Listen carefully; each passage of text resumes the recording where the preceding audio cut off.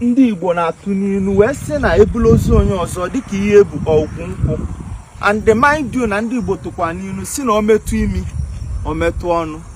Ihe a na-eme na Benue, ọ ya emenwu n'Enugu, ọ na-eme n'ụzọ nwaanyị sinsi, ọ na-eme na Ebonyi, ọ na-eme n'Ufuma, ofu ndị ka na-adị n'ahịa.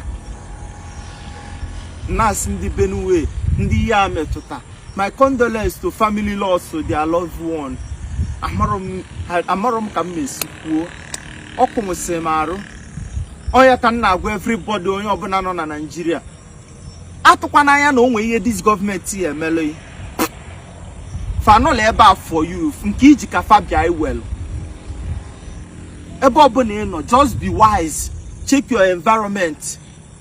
It can happen anywhere. If you and the police man army na-eruali na TV film ka na art, for how long ka fire no there for na chiazu to barracks, for na chiazu to their zone.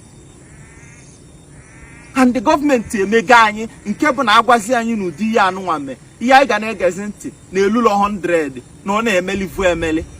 Check goro bụ na very dark man ejero Benue je pointe this thing, a sweep ya under carpet. Kafanachi gwa anyị na nke niile na-eme n'ụzọ one na fan maka they know about it. Ọ na this country mụ na anyị na-abụ no Kenya particular people egbe mana ejide mụ na anyị na-abụ ka iji mụ anyị eje nga mana ebulu AK-47 na control anụmanụ. On a government ada afia ebe ọbụla ị nọ, you secure yourself. Ọ ya ka sikwa na ọka ngwun gọọmenti akị akwa onwekwe ihe faji na-eme maka 2027 na mmadụ asị gị bute vote ka etuọ PVC ịmụọ ya ma ị na-aga ebe ị na-aga ka onye chikwa ya zeno. Amarom ka iwa boy amarom nụrụ m obi fa